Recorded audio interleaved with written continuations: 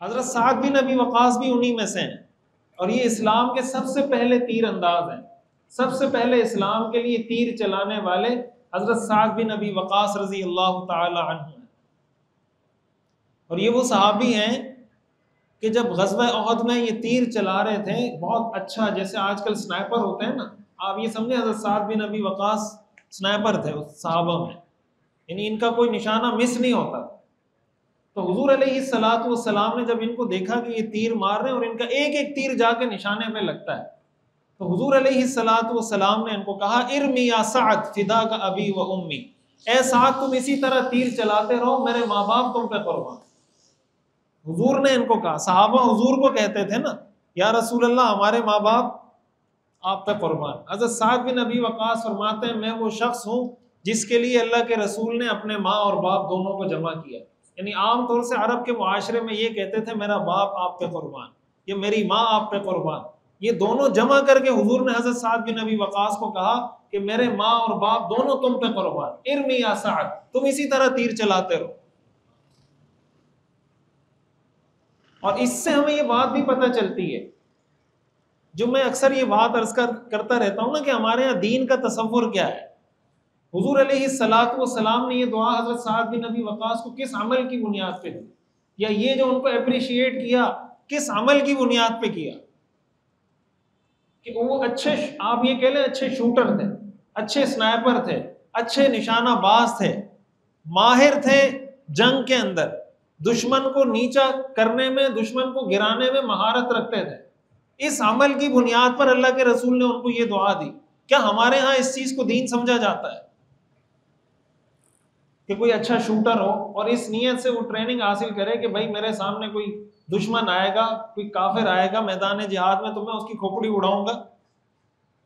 کیا ہمارے ہاں اس چیز کو کار ثواب سمجھا جاتا ہے، ثواب کا کام سمجھا جاتا ہے؟ آج اسرائیل کے اندر بچے کو اسلحے کی ٹریننگ دی جاتی ہے، ان کا جو شہری ہے عام سویلین، وہ بھی سویلین نہیں ہے، وہ بھی فوجی ہے۔ اسرائیل کے عام شہری کے پاس بھی اسلحہ ہوتا ہے، عام بچے کو بھی وہ اسلحہ چلانا سکھاتے ہیں۔ ہمارے ہاں تو یہ حال ہے کہ ایک لوفر ٹائپ کے ڈکیت آتے ہیں، اسلحہ دکھاتے ہیں اور سب کچھ چھین کے لے جاتے ہیں۔ خیر یہ تو ہماری گورنمنٹ کی ناکامی ہے، یہ تو ہماری حکومت کی ناکامی ہے، یہ تو عوام کی ذمہ داری تھوڑی ہے۔ عوام اپنے کام کاج کرے، جب حکومت کو ٹیکس دے رہی ہے تو حکومت کا کام ہے نا سیکورٹی فراہم کرنا، ان کو پکڑنا، ان کو سزا دینا تو حکومت کا کام ہے۔ لیکن جب حکومت نہیں دے رہی سزا، ہمیں پتہ ہے کہ نہیں دے رہی، بلکہ بہت سی جگہوں پہ ملے ہوئے ہوتے ہیں آپس میں، پھر اس کا تقاضا ہے نا کہ ایک مسلمان خود اتنی ٹریننگ تو حاصل کرے، اتنا اس کو اسلحہ چلانا تو آتا ہو، اس کے پاس اسلحہ موجود ہے کہ کوئی ڈکیت آئے تو اس کے چلانے سے پہلے یہ اڑایا، اتنی اس میں جرات یا صلاحیت تو ہونی چاہیے۔ اب ہمارے لوگ تو ایسے ہو گئے کہ اسلحے کے نام سے ڈرتے ہیں۔ بھائی آپ اس کو غلط استعمال نہ کریں، لیکن اپنے سیلف ڈیفenس کے لیے تو اس کو استعمال کریں نا۔ حدیث میں آتا من قتل دون مالہ فہو شہید، من قتل دون نفسہ فہو شہید، جو اپنے مال کی حفاظت کرتے ہوئے مارا گیا وہ شہید ہے، جو اپنی جان کی حفاظت کرتے ہوئے مارا گیا وہ شہید ہے۔ میں یہ نہیں کہہ رہا کہ آپ بلا وجہ ڈکیتوں سے الجھیں، اپنی جان کو خطرے میں ڈالیں، لیکن اگر کسی کو لگتا ہے کہ یار ایسی پوزیشن میں ہوں میں کہ میں اس کو اڑا سکتا ہوں، تو اس کو آسرا نہیں کرنا چاہیے۔ لیکن وہ کب ایسی پوزیشن میں ہوگا جب پہلے ٹریننگ تو حاصل کرے، ایسے کیسے اڑائے گا اس کو؟ تو حضرت سعد بن ابی وقاص رضی اللہ تعالی عنہ کو اللہ کے رسول صلی اللہ علیہ وسلم نے یہ بشارت یا اپریسیشن اس بات پہ کی کہ وہ بہترین شوٹنگ جانتے تھے۔ اس لیے میں یہ بات عرض کرتا رہتا ہوں کہ ہمارے ہاں جو دین اور دنیا کا تصور الگ الگ کر دیا گیا ہے کہ یہ دنیا دار ہے، یہ دیندار ہے، اور دیندار ہونے کا مطلب یہ 4-5 چیزیں، داڑھی، ٹوپی، پگڑی، جبہ، یہ جو 4-5-6 چیزیں ہم نے متعین کر دی ہیں، یہ دینداری دنیا داری کا معیار نہیں ہے۔ ہاں یہ دین کی کچھ چیزیں ہیں، دین کے فرائض ہیں، واجبات ہیں کہ یہ کرنے، لیکن اس کی بنیاد پہ ہم کسی کو دیندار نہیں کہہ سکتے۔ اگر داڑھی کی بنیاد پر یہ آدمی دیندار ہوتا ہے تو پھر تو سکھ ہم سے بڑا دیندار ہے۔ کیا خیال ہے؟ سکھ پگڑی بھی پہنتا ہے اور اس کی داڑھی بھی ہوتی ہے، ایسا ہی ہے نا؟ ہاں بڑی بھی ہوتی ہے ہم سے، تو اس کی داڑھی بھی ہم سے بڑی ہے اور پگڑی بھی، وہ تو ہم سے بڑا دیندار ہے۔ یہ دنیا داری دینداری کا یہ تصور اپنے ذہنوں سے ہمیں نکالنا ہوگا. ہمارے ہاں تمام مسائل کی جڑ یہ بات ہے کہ ہم نے الگ کر دیا ہے کہ یہ دین والا ہے، یہ دنیا والا. بھائی جس کو آپ دنیا دار کہہ رہے ہیں وہ ہو سکتا ہے آپ سے زیادہ دیندار ہو. میں اکثر یہ بات عرض کرتا ہوں کہ مثال کے طور پر ایک آدمی ہے جو نماز بھی پڑھتا ہے، اس کی داڑھی بھی ہے. دوسرا آدمی ہے جو نماز بھی پڑھتا ہے، اس کی داڑھی بھی ہے، اور اس نے بہن کی میراث بھی دبائی بھی اور سود بھی کھاتا ہے. سود بھی کھا رہا ہے، بہن کی میراث بھی دبائی ہوئی ہے، نماز بھی پڑھتا ہے، داڑھی بھی ہے، اور 4 حج بھی کیے ہیں. دوسرا آدمی ہے جس نے کوئی حج نہیں کیا ہوا، وہ نماز پڑھتا ہے، داڑھی بھی نہیں ہے فرض کریں اس کی، لیکن حرام سے بچتا ہے، بہن کی میراث کھانے سے بچتا ہے. تو زیادہ دیندار کون ہوا؟ وہ بغیر داڑھی والا یا داڑھی والا؟ وہ بغیر داڑھی والا زیادہ دیندار ہے. تو ہم تو اس کو کہتے ہیں یہ دنیا دار ہے. اللہ کی نظر میں کون دیندار ہے؟ اللہ کی نظر میں وہ دیندار ہے جو حرام سے بچ رہا ہے. ٹھیک ہے یہ بھی گناہ کر رہا ہے جو داڑھی کٹوا رہا ہے، کبیرہ گناہ کر رہا ہے، حرام کر رہا ہے، لیکن ان 2 حرام کاموں سے بچ رہا ہے. یہ کم گناہ میں مبتلا ہے، وہ زیادہ گناہ میں مبتلا ہے. حضرت سعد بن ابی وقاص رضی اللہ تعالیٰ عنہ کا میں تذکرہ کر رہا تھا کہ جب ایک دفعہ یہ بیمار ہوئے، ان کی صرف ایک بیٹی تھی، تو یہ حضور علیہ الصلوۃ والسلام ان کی عیادت کے لیے گئے. جب گئے تو ان کو ایسا لگ رہا تھا کہ بس شاید میرا آخری وقت ہے. انہوں نے حضور سے کہا کہ یا رسول اللہ میں یہ چاہتا ہوں کہ میں اپنے مال کی وصیت کر دوں، 2/3 اپنا مال اللہ کے راستے میں جانے سے پہلے صدقہ کر دوں. اللہ کے رسول نے فرمایا نہیں، اجازت نہیں. انہوں نے کہا یا رسول اللہ آدھا مال خرچ کرنے کی اجازت دے دیں کہ مرنے سے پہلے آدھا مال میں صدقہ کر دوں، آدھا مال میرے بعد میراث میں تقسیم ہو جائے گا. آپ نے فرمایا اجازت نہیں. انہوں نے کہا یا رسول اللہ 1/3 کی اجازت دے دیں، 1/3 میں صدقہ کر دوں اللہ کے نام پہ مرنے سے پہلے، باقی میرے ورثہ کو مل جائے گا. حضور نے فرمایا 1/3 کر دیں. اور آگے آپ نے فرمایا والثلث کثیر، یہ بھی زیادہ ہے، یہ بھی زیادہ ہے. ہمارے ہاں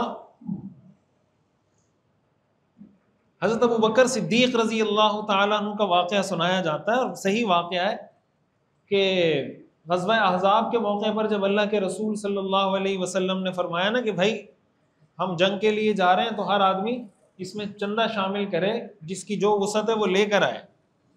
مشہور واقعہ حضرت عمر رضی اللہ تعالیٰ عنہ نے فرمایا کہ آج میں حضرت ابو بکر سے آگے نکل جاؤں گا. حضرت عمر رضی اللہ تعالیٰ عنہ گئے اور گھر کا آدھا مال اٹھا کر لے آئے. حضرت ابو بکر صدیق رضی اللہ تعالیٰ عنہ نے گھر کا سارا مال سمیٹا اور لا کے حضور کے قدموں میں ڈال دیا. حضرت عمر اس انتظار میں تھے کہ آج میں ان سے آگے نکل جاؤں گا. تو حضور نے پوچھا حضرت عمر سے کہ عمر کیا لایا ہو اور کیا چھوڑا ہے؟ تو انہوں نے بتایا کہ آدھا مال لے کر آیا ہوں، آدھا مال گھر چھوڑا ہے. حضرت ابو بکر سے پوچھا کہ کیا چھوڑ کر آئے ہو؟ انہوں نے کہا اللہ اور اللہ کے رسول کا نام چھوڑ کر آیا ہوں، سب کچھ لے کر آگے. تو حضرت عمر فرماتے ہیں اس دن مجھے یقین ہو گیا کہ میں ابو بکر سے آگے نہیں نکل سکتا، سب کچھ لا کے اللہ کے راستے میں قربان کر دیا. یہ بات اچھے طریقے سے یاد رکھیں، یہ حضرت ابو بکر صدیق رضی اللہ تعالیٰ عنہ کی خصوصیت ہے. یہ حدیث سنا کے ہم لوگ بعض اوقات لوگوں کو یہ ترغیب دے رہے ہوتے ہیں کہ تم بھی یہ کام کرو. یہ کام حضور نے کسی اور صحابی کو کرنے کی بھی اجازت نہیں دی. یہ بات سمجھ میں آ رہی ہے؟ یہ کام کرنے کی اجازت اللہ کے رسول نے کسی اور صحابی کو بھی نہیں دی کہ تم یہ کام کرو. وجہ اس کی ہے کہ اتنا مال اپنا سب کچھ لٹانے کے بعد جو حالات آئیں گے، جو مشکلات آئیں گی، جو تکلیفیں آئیں گی، اس کے بعد جب یہ انسان شکوے شکایت اور ناشکری شروع کرے گا، اس صدقے سے جتنا ثواب ملا ہے اس ناشکری سے ڈبل گنا کما لے گا. اس لیے اسلام اس کی اجازت ہی نہیں دیتا. ہر آدمی یہ افورڈ نہیں کر سکتا. اس اعلیٰ درجے کا توکل ہر ایک کا نہیں ہوتا. اللہ کے رسول صلی اللہ علیہ وسلم صحابہ کو اس چیز کی اجازت نہیں دیتے تھے. اس کے کئی واقعات ہیں کہ کوئی صحابی آئے اور اپنا سارا مال لے کر آئے، آپ نے فرمایا میں قبول نہیں کرتا. یہ حضرت سعد بن ابی وقاص کا واقعہ بھی انہی میں سے. اگر یہ سارا مال صدقہ کرتے تو حضور کو دیتے نا. کیا خیال ہے؟ اگر یہ سارا مال صدقہ کرتے حضور کو دیتے کہ یا رسول اللہ آپ جہاں چاہیں اس کو خرچ کر دیں. تو انہوں نے کہا میں 2/3 صدقہ کرنا چاہتا ہوں، آپ نے کہا نہیں۔ اور یہ کون ہے؟ یہ عشرہ مبشرہ میں سے ہیں، یہ میں نے آپ کو بتایا ان کی کیا فضیلت ہے، کس بڑے درجے کے صحابی ہیں۔ انہوں نے کہا آدھا مال، آپ نے کہا آدھا مال خرچ کرنے کی بھی اجازت نہیں ہے۔ انہوں نے کہا 1/3، آپ نے کہا 1/3 خرچ کرو، لیکن 1/3 بھی زیادہ ہے، والثلث کثیر۔ اب بعض اوقات کیا ہوتا ہے کہ لوگ جب نیکی کے، ان کو ایک نیکی کا جذبہ ہوتا ہے کہ بھائی میں نے نیکی کرنی ہے، اور اس طرح کے واقعات سنتے ہیں تو وہ حدیث کا یا سیرت کا یا اسلام کا ایک پہلو تو سامنے ہوتا ہے، یہ پہلو سامنے نہیں ہوتا۔ نتیجہ یہ ہوتا ہے کہ وہ کوئی ایسا عمل کر لیتے ہیں، بعد میں پچھتاتے ہیں۔ اور پھر حضور علیہ الصلوۃ والسلام نے فرمایا حضرت سعد کو، لَأَن تَدَعَ وَرَثَتَكَ أَغْنِيَاءَ خَيْرٌ مِّنْ أَن تَدَعَهُمْ عَالَةً يَتَكَفَّفُونَ النَّاسَ۔ اب یہ بھی وہی بات ہے، اب ہمارے ہاں بعض دینی لوگ یا مذہبی لوگ وہ یہ کہتے ہیں کہ بھائی آپ اس چیز کی پرواہ نہ کریں کہ آپ کے بعد آپ کے بچوں کا کیا ہوگا، آپ کے بچوں کا کیا ہوگا۔ یہ بات غلط ہے۔ ٹھیک ہے آپ اس طرح پرواہ نہ کریں کہ آپ حلال حرام کا فرق مٹا دیں، لیکن اس طرح بے غم ہو جانا کہ میرے مرنے کے بعد بھائی اللہ کے حوالے جو بھی ہوگا، بھائی اللہ کے حوالے تو آپ بھی ہیں۔ آپ نے فرمایا حضرت سعد کو، یہ صحیح حدیث ہے، کہ تم اپنے ورثہ کو اس حال میں چھوڑ کر جاؤ کہ ان کے ہاتھ میں پیسہ ہو، یہ بہتر ہے اس بات سے کہ تم ان کو اس حال میں چھوڑ کر جاؤ کہ تمہارے مرنے کے بعد لوگوں سے بھیک مانگے۔ لَأَن تَدَعَ وَرَثَتَكَ أَغْنِيَاءَ خَيْرٌ مِّنْ أَن تَدَعَهُمْ عَالَةً يَتَكَفَّفُونَ النَّاسَ۔ اپنے ورثہ کو اس حال میں چھوڑ کر جاؤ کہ ان کے پاس پیسہ ہو، یہ بہتر ہے اس بات سے کہ ان کو اس حال میں چھوڑ کر جاؤ کہ تمہارے مرنے کے بعد لوگوں سے بھیک مانگے۔ اس حدیث سے کیا معلوم ہوتا ہے کہ مرتے وقت بچوں کی فکر کرنی چاہیے یا نہیں کرنی چاہیے، یا مرنے سے پہلے بچوں کے مستقبل کی فکر کرنی چاہیے یا نہیں کرنی چاہیے۔ بھائی یہ حدیث ہمیں یہی سکھاتی ہے، یہ کوئی مغرب نے نہیں سکھایا، یہ ہمیں قرآن حدیث نے سکھائی ہے یہ بات کہ اپنے مرنے کے بعد بھی اپنے بچوں کی فکر کریں۔ جو ایک تو ہوتا ہے نا بندہ ڈپریشن میں ہی چلا جائے، ٹینشن میں ہی چلا جائے کہ میرے فلاں پڑوسی نے تو اپنے بچے کو بنگلہ بنا کے دیا ہے، گاڑی خرید کر دی ہے، فلاں جگہ جائیداد خرید کر دی ہے، اور 1 کروڑ روپے بینک بیلنس چھوڑ کے جا رہا ہے، اور میں تو جناب 5 لاکھ روپے چھوڑ کے جا رہا ہوں۔ اس کی تو اسلام اجازت نہیں دیتا۔